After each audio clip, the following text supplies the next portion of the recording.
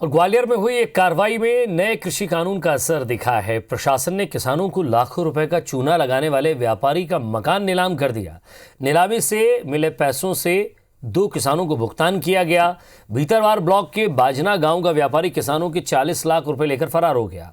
ग्वालियर में ही धान खरीदी में घोटाला सामने आने के बाद ट्रांसपोर्टर कृष्णपाल और पप्पू कंसाना और समिति प्रबंधक मदन तिवारी पर शिकंजा कसते हुए प्रशासन ने एनएसए के तहत कार्रवाई का प्रस्ताव बनाया। ग्वालियर में ही सामने आए एक अन्य मामले में किसान की जमीन का फर्जी अनुबंध पत्र दिखाकर जालसाज ने 60 लाख रुपए ठग लिए। पुलिस ने धोखाधड़ी का केस दर्ज करके आरोपी को गिरफ्तार कर लिया। और इसी तरह गुना में भी किसानों से ठगी का मामला सामने आया है। बमोरी के म्याना इलाके के किसानों से एक व्यापारी ने गांव जाकर फसल तो खरीद ली, लेकिन भुगतान कैश की जगह चेक से किया गया। किसान चेक लेकर बैंक पहुंचे तो 18 किसानों के चेक बाउंस हो गए, जिससे किसान नाराज हो गए।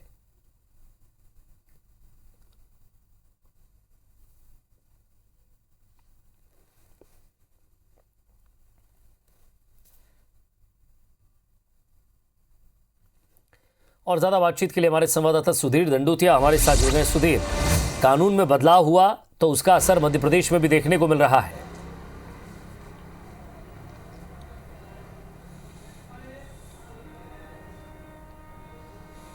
बिल्कुल विजय, देखिए जो तीनों मामले हैं, कम से कम तीनों मामले में एफआईआर दर्ज की गई है। अब नए कृषि कानून के तहत प्रावधान किया गया है या फिर वाकई में जो एफआईआर दर्ज की जानी चाहिए उसी के तहत दर्ज की गई है, ये इन्वेस्टिगेशन का विषय हो सकता है। पर लेकिन खासकर अगर बात करें तो ग्वालियर की जो कार्रवाई है वो वाकई काबिल तारीफ है। जिस तरीके से किसानों की धान का पैसा व्यापारी ने हड़पा था, उसके बाद में व्यापारी की जो संपत्ति थी उसको नीलाम करने के बाद में किसानों का भुगतान किया गया है। हालांकि 2 किसानों का भुगतान हुआ, पर कम से कम एक बड़ा मैसेज देने की कोशिश जो है वो मध्य प्रदेश की सरकार, मध्य प्रदेश के प्रशासन के द्वारा की गई है।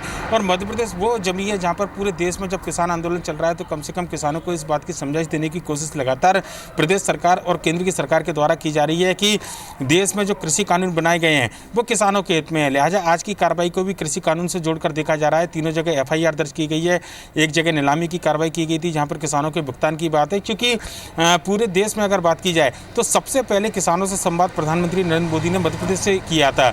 35 लाख किसानों से शुरुआत की थी, जिनके खाते में 1600 करोड़ की राशि जो है प्रधानमंत्री नरेंद्र मोदी ने डाली थी। और आने वाले 25 तारीख को पूर्व प्रधानमंत्री माफ कीजिएगा अटल बिहारी वाजपेयी के जन्मदिन पर सुशासन दिवस पर 18,000 करोड़ से ज़्यादा की राशि जो है 9 करोड़ किसानों के खाते में डाली जाएगी।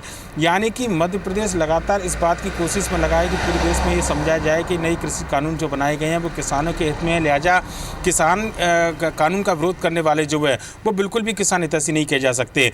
तीनों घटनाएं अपने आप में काफ़ी दुखद घटनाएं। फसलों को बेचने के बाद में जिस तरीके से भुगतान नहीं किया गया था, उसके बाद में जो कार्रवाई हुई हैं उस कार्रवाई के आधार पर कहना होगा कि आने वाले समय में निश्चित तौर पर ऐसे जो व्यापारी हैं जो किसानों की फसलों को तो खरीदते हैं पर लेकिन कम से कम उनकी फसल का दाम देने से कतराते हैं या फिर फसल का दाम देने के दौरान इस तरीके की गड़बड़ी करते हैं, कम से कम उनके खिलाफ सख्त कार्रवाई की जाएगी। ये तीनों उदाहरण कम से कम इसकी मिसाल पेश करते हैं। गिरफ्तारी जरूर इस पूरे मामले में 2 मामले में नहीं हो पाई और ये उम्मीद की जा रही है कि कम से कम जल्द गिरफ्तारी होगी और बाकी के बचे हुए जो किसान हैं उनको भी जल्द न्याय मिलेगा। विजय, शुक्रिया सुधीर इस तमाम।